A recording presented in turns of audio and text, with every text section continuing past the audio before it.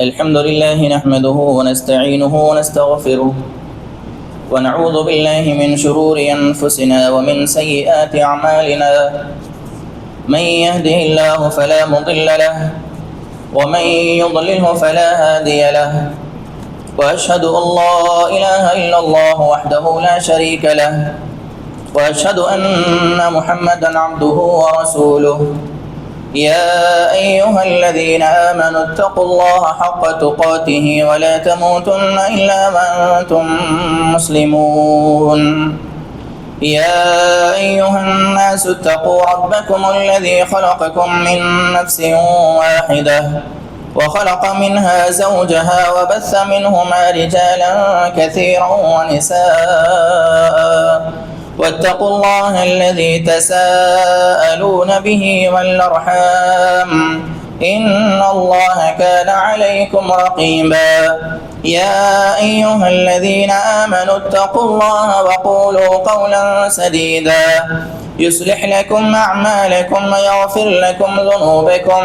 ومن يطع الله ورسوله فقد فاز فوزا عظيما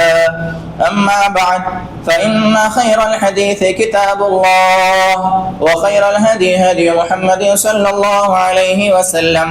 وشر الأمور محدثاتها وكل محدثة بدعة وكل بدعة ضلالة وكل ضلالة في النار. أعوذ بالله من الشيطان الرجيم. بسم الله الرحمن الرحيم. يا بني إنها إن تك مثقال حبة من خردل فتكن في صخرة أو في السماوات أو في الأرض يأت بها الله إن الله لطيف خبير. تمام قسم کی تعریفات، حمد و ثنا، بڑائی، کبریائی،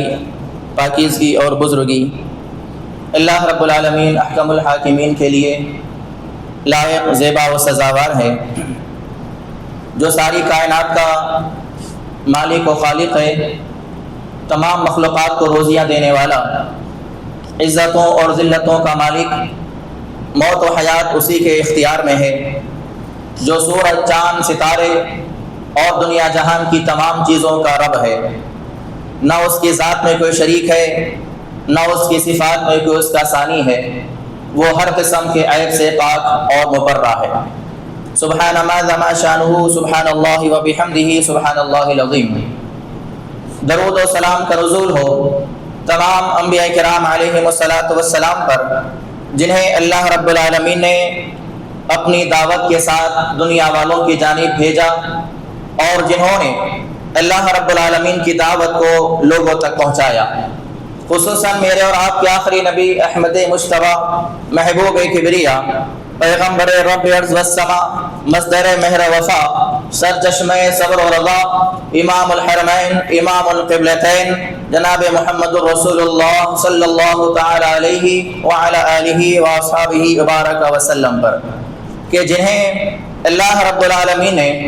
دنیا والوں کی جانب ایک ایسے دین کے ساتھ روانہ کیا جو دین اپنے اندر کاملیت اور اکملیت رکھتا ہے، جو دین اللہ رب العالمین نے کامل ترین دین بنا کر بھیجا۔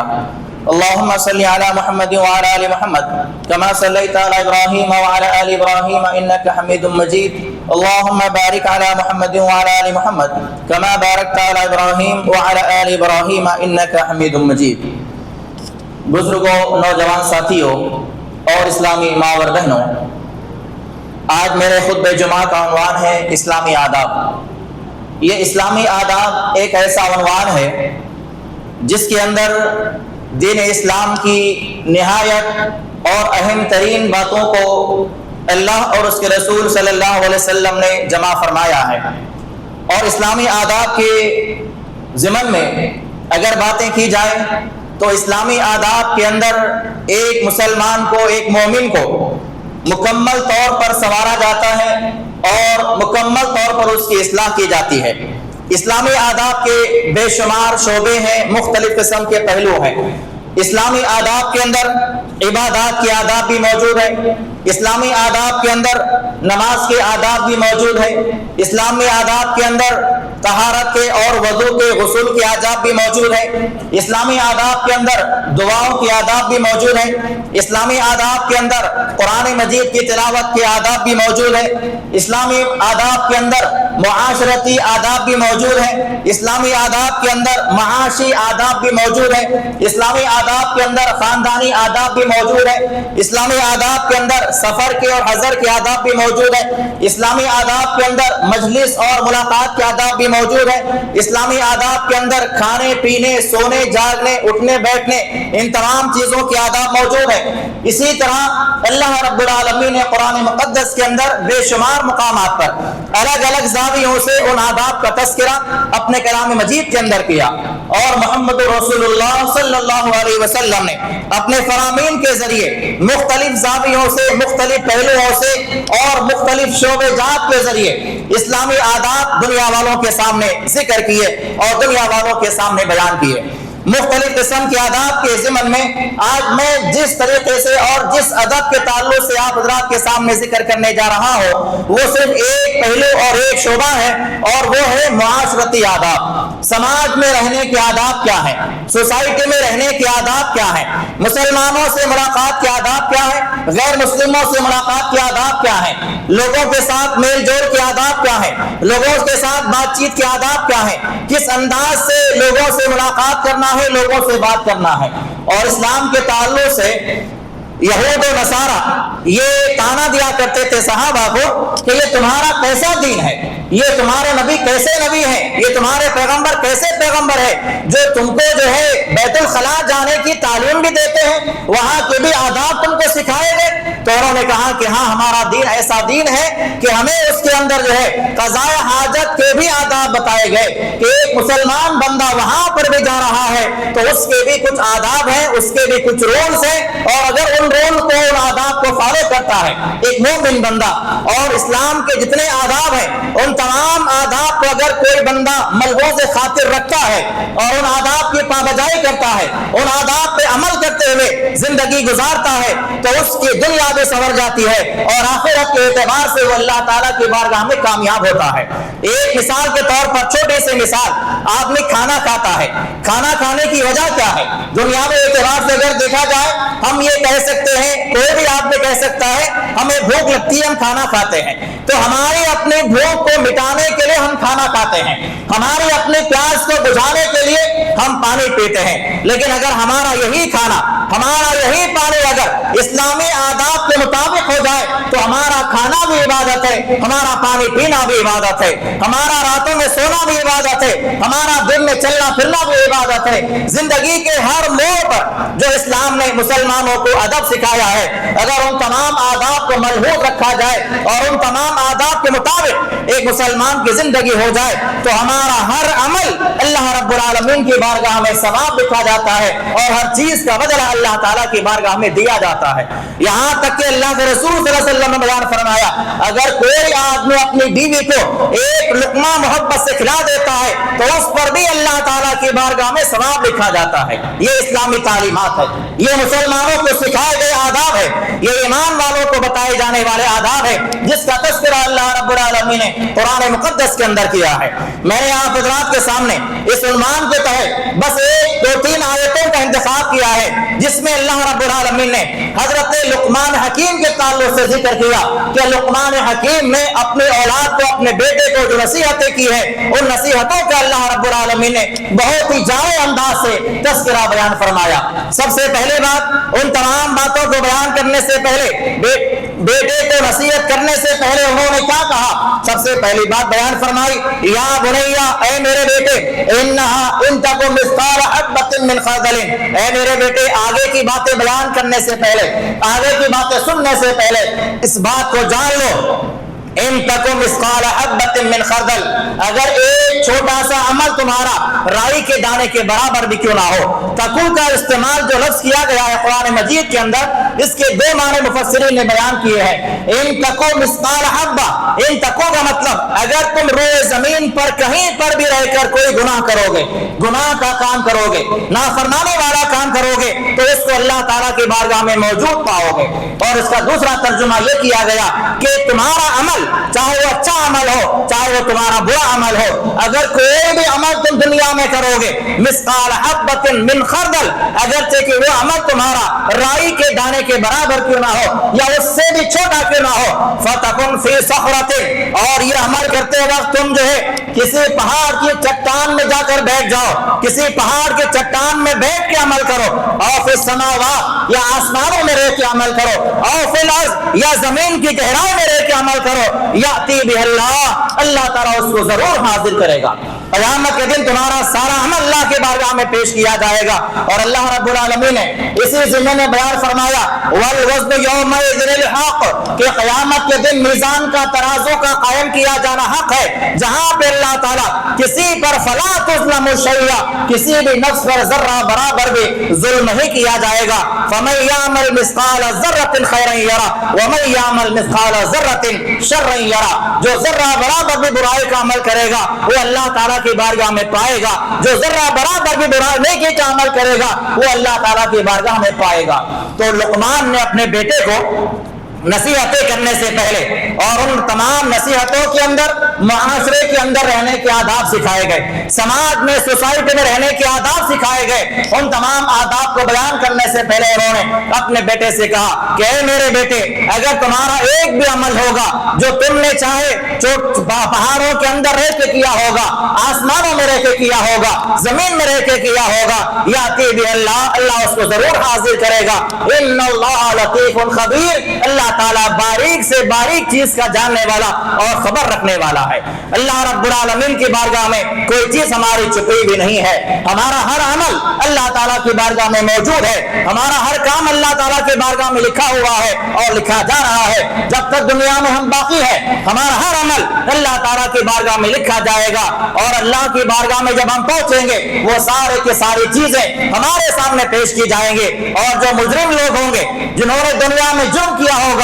جنہوں نے دنیا میں اللہ کے نافرمانیاں کی ہوگی، اسلامی آداب کو پسے پل ڈالا ہوگا، اسلامی قوانین کی دھجیاں اڑائی ہوگی، قرآن و حدیث کی باتوں کو نہ مان کر اپنی منمانی کی ہوگی، وہاں پر کیا کہیں گے؟ کہیں گے یا لیتنی ما لہذا الکتاب لا یغادر صغیرۃ ولا کبیرۃ الا احصاها، ہائے افسوس ہمارے لیے، ہمارے ہاتھوں میں کیسی کتاب تھما دی گئی کہ اس میں ہر چھوٹی سی چھوٹی بات بھی موجود ہے اور بڑی سی بڑی بات بھی موجود ہے، کسی بات کو چھوڑا نہیں گیا ہے۔ وہاں پر مجرموں کا اور کافروں کا، مشرکوں کا، گنہگاروں کا، نافرمانوں کا یہ کہنا ہوگا، اور جو نیکوکار لوگ ہوں گے اللہ رب العالمین ان کے تعلق سے بیان فرمایا کہ وہ اللہ تعالیٰ کی جنتوں کے اندر جو ہے سلامتی کے ساتھ داخل کیے جائیں گے۔ تو معاشرتی آداب کے اندر سب سے پہلے لقمان نے اپنے بیٹے سے کیا کہا؟ یا بنیا، اگلی بات بیان فرما رہے ہیں، یا بنیا، اے میرے بیٹے، اقیم الصلاۃ، سب سے پہلی بات جس بات کا تذکرہ کیا وہ بھی سماج کے متعلق ہے، معاشرے سے متعلق ہے اور اللہ تعالیٰ کی بندگی سے متعلق ہے۔ کہتے ہیں کہ یا بنیا، اے میرے بیٹے،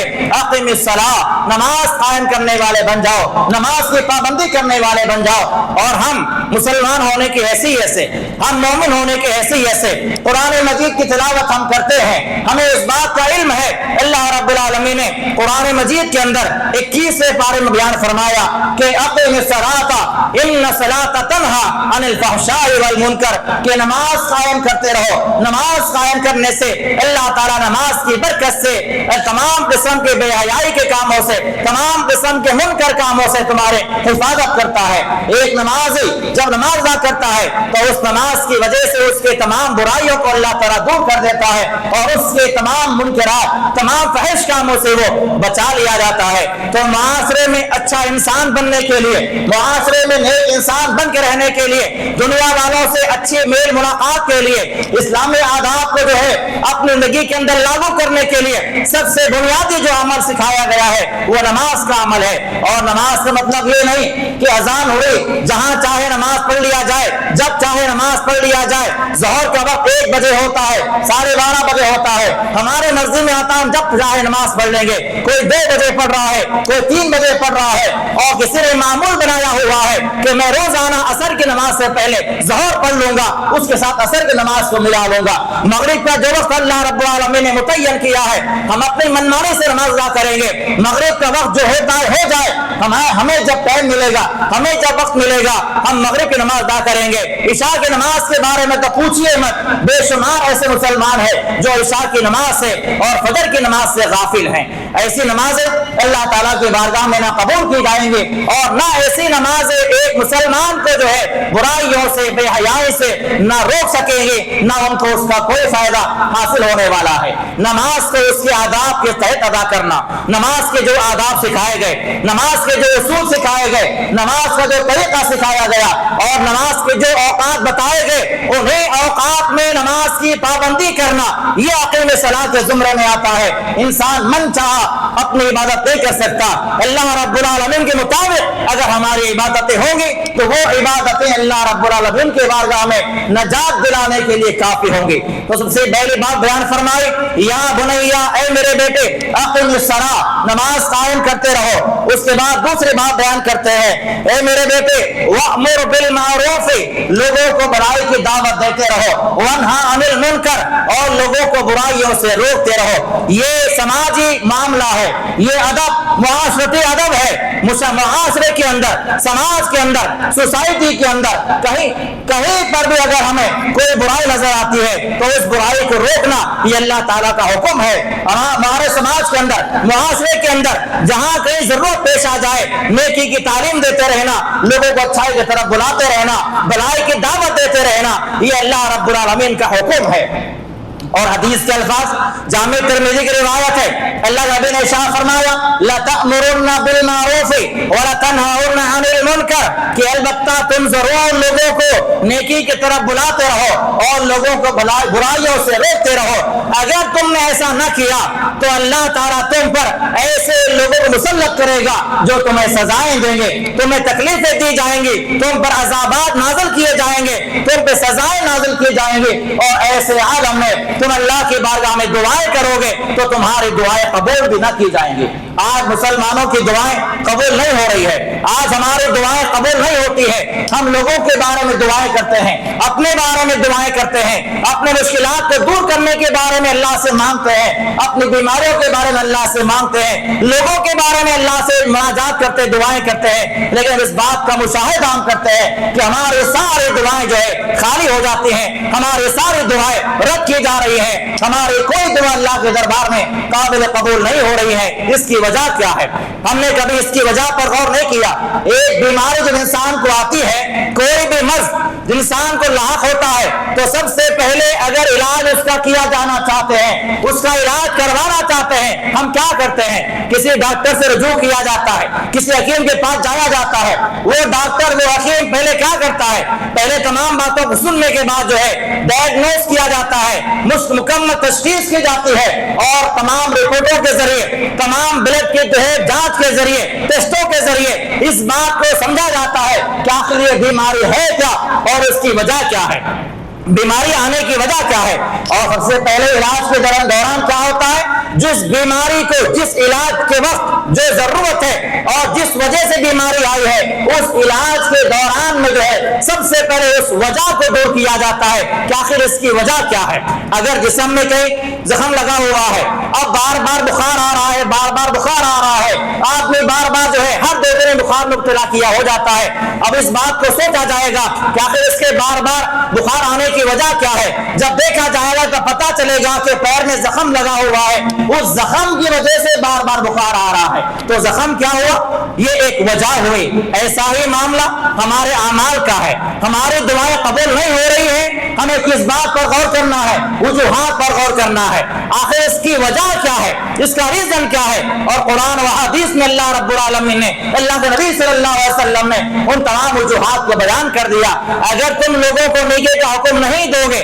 اگر تم لوگوں کو برائیوں سے نہیں روکو گے, تو اللہ تعالیٰ تم پر جو ہے ایسے لوگ مسلط کرے گا جو تمہیں سزائیں دیں گے. حدیث حدیث کے صاف الفاظ ہے جو تمہیں سزائیں دیں گے، تکلیفیں دیں گے، اور ایسے عالم میں تم دعائیں کرو گے تمہاری دعائیں قبول نہیں کی جائے گی۔ یہ ہمارا معاملہ نہیں، عالم اسلام کا معاملہ ہے، سارے مسلمان برادری کا معاملہ ہے، سارے دنیا میں پائے جانے والے مسلمانوں کا معاملہ ہے۔ آپ دیکھیے مسلمانوں کے تعلق سے، مسلمانوں کے حالات کے تعلق سے، مسلمانوں پر کیے جانے والے مظالم کے تعلق سے دعائیں کہاں کہاں نہیں ہوتی ہے۔ ہم تو گنہگار بندے ہیں، ہم تو نافرمانی کرنے والے بندے ہیں، رات دن ہم گناہ کرتے ہیں، لیکن وہ بندے جو کعبۃ اللہ کے امام ہیں، وہ بندے جو اللہ کے نبی کی مسجد کے امام ہیں، وہاں سے دعائیں کی جاتی ہیں، اور اللہ رب العالمین نے وعدہ کیا، اللہ کے رسول صلی اللہ علیہ وسلم کے پیشن گو یہاں ہے کہ اس مقام سے کی جانے والی دعائیں اللہ تعالیٰ رد نہیں کرتا۔ اس کے باوجود بھی ہم دیکھتے ہیں کہ مسلمانوں کے حالات جیسے ہیں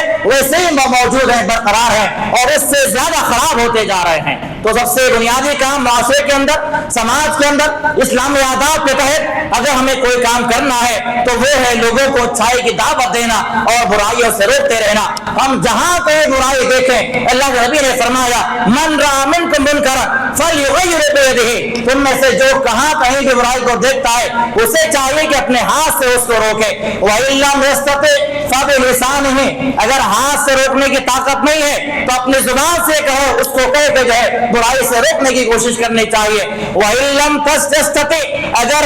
زبان سے روکنے کی طاقت نہیں ہے تو کم سے کم اپنے دل میں اس کو برا جانا جائے، وَذَلِكَ أَضْعَفُ الْإِيمَانِ، اور ایمان کی سب سے کمزور علامت ہے۔ تو برائیوں سے روکنا، نیکی کا حکم دینا، یہ اسلامی آداب کے اندر اور معاشرتی آداب کے اندر جو ہے سب سے اہم ترین ادب ہے۔ اس کے علاوہ آگے لقمان نے اپنے بیٹے سے کیا کہا، وَاصْبِرْ عَلَىٰ مَا أَصَابَكَ إِنَّ ذَلِكَ مِنْ عَزْمِ الْأُمُورِ، اے میرے بیٹے تم جب لوگوں کو اچھائی کی طرف بلاؤ گے، جب تم لوگوں کو برائی کی دعوت دو، برائی سے روکنے کی کوشش کرو گے تو تمہارے ساتھ جو ہے مشکلات درپیش ہوں گے، تم پر پریشانیاں لاحق کی جائیں گی، لوگ تمہیں ستائیں گے۔ تو فرمایا وَاصْبِرْ عَلَىٰ مَا أَصَابَكَ، تم پر جو مصیبتیں آئیں اس پر صبر کرتے رہنا، إِنَّ ذَلِكَ مِنْ عَزْمِ الْأُمُورِ۔ اس کے بعد فرمایا وَلَا تُصَعِّرْ خَدَّكَ لِلنَّاسِ، اے میرے بیٹے لوگوں سے جو ہے گال پھلا کے ملاقات نہ کرنا،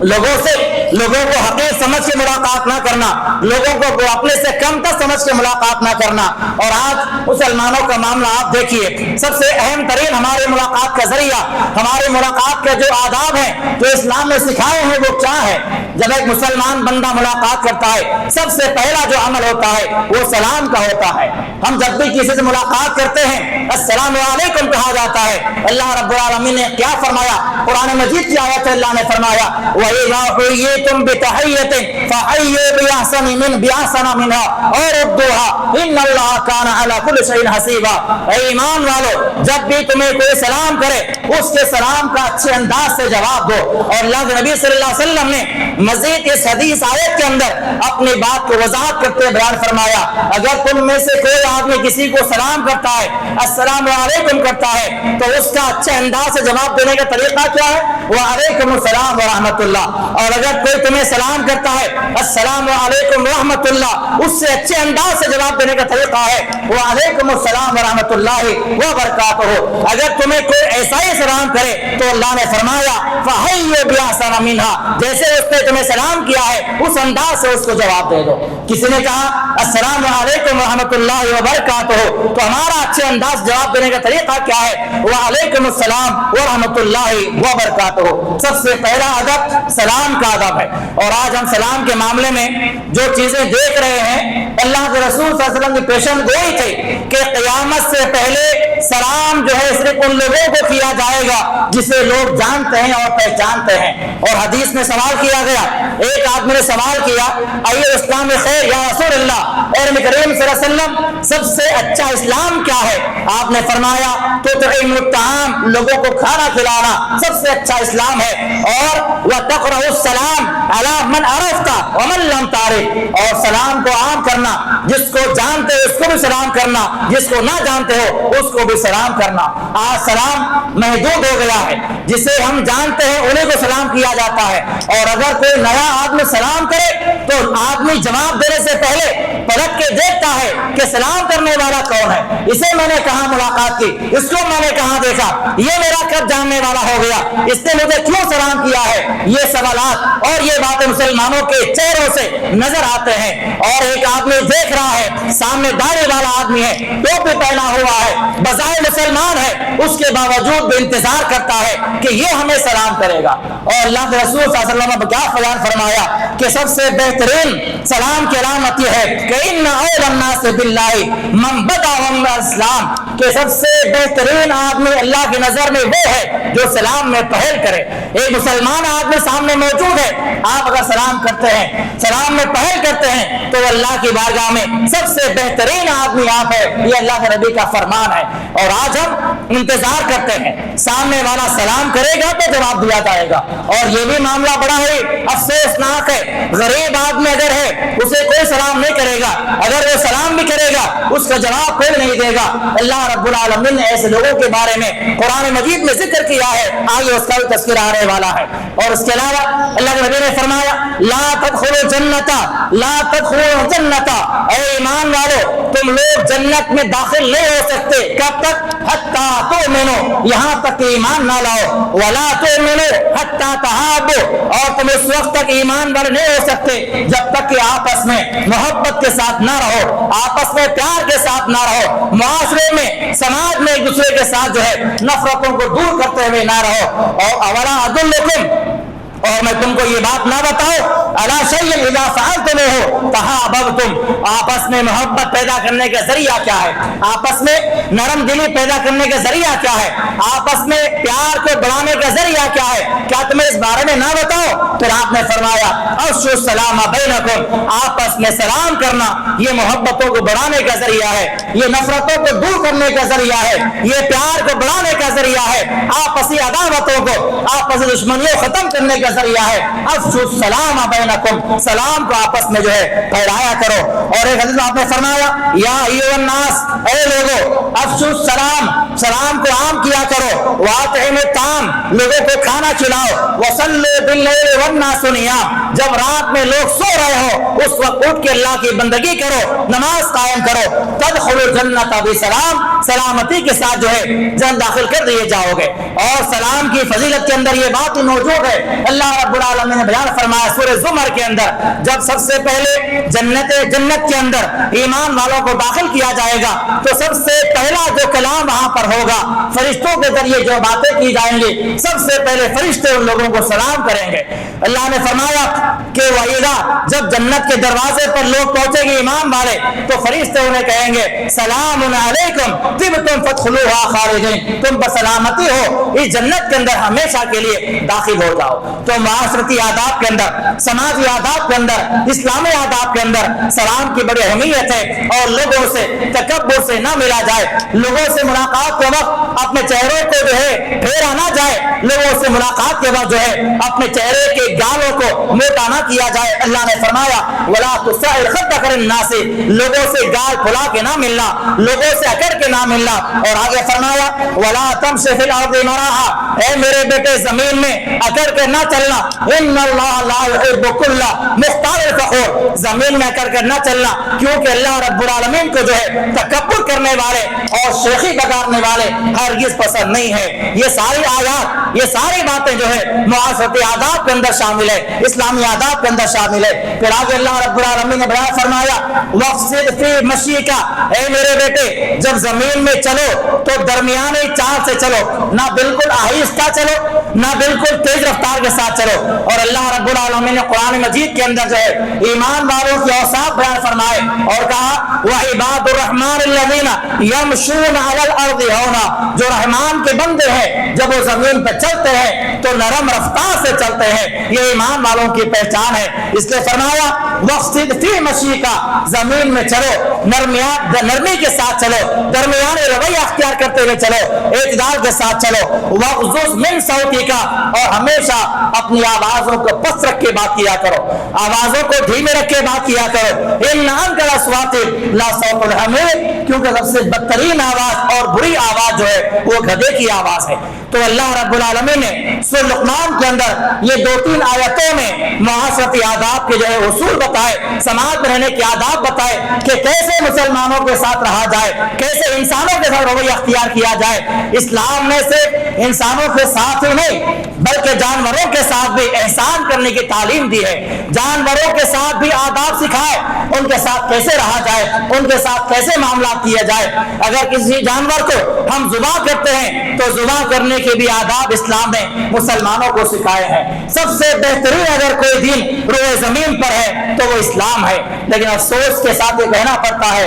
کہ سب سے بدترین اگر کوئی قوم آج دنیا کے اندر ہے مسلمان قوم ہے۔ ہمارے پاس قرآن کی آیتیں موجود ہیں، نبی کے سارے تعلیمات موجود ہیں، سارے اصول موجود ہیں، سارے آداب موجود ہیں، مگر شرط اس بات کی ہے ہم ان آداب کو سیکھنے والے بنے، ان اصول کو اپنانے والے بنے، زندگی کے اندر اسلامی آداب کو لاگو کرنے والے بنے۔ اگر کوئی مسلمان بندہ، کوئی مسلمان بندی جو ہے اسلامی آداب کو فالو کرتے ہوئے ویسے اسلامی زندگی کے طریقے جو ہے اختیار کرتے ہوئے اپناتے ہوئے رہتا ہے تو دنیا کے اندر بھی وہ انسان جو ہے سارے انسانوں میں محبوب ترین بنا دیا جاتا ہے، اور آخرت کے معاملے میں وہ ہے اللہ کی بارگاہ میں کامیاب ہوگا اور کامران ہوگا۔ دنیاوی اعتبار سے جو اسلامی آداب کو، اسلامی معاملات کو، اسلامی رسول و ضوابط کو اپناتے ہیں، ایسے لوگوں کے بارے میں اللہ فرماتا ہے اپنے فرشتوں کے محفل میں اللہ اعلان کرتا ہے کہ اے جبرائیل یہ فلاں بندہ ہے، یہ فلاں بندی ہے جو اسلامی تعلیمات کو اختیار کیے ہوئے ہے، میں اس سے محبت کرتا ہوں، لہذا تم بھی اس سے محبت کرو۔ جبرائیل آتے ہیں، سارے آسمان میں ندا لگاتے ہیں اور کہتے ہیں کہ اے اس آسمان والو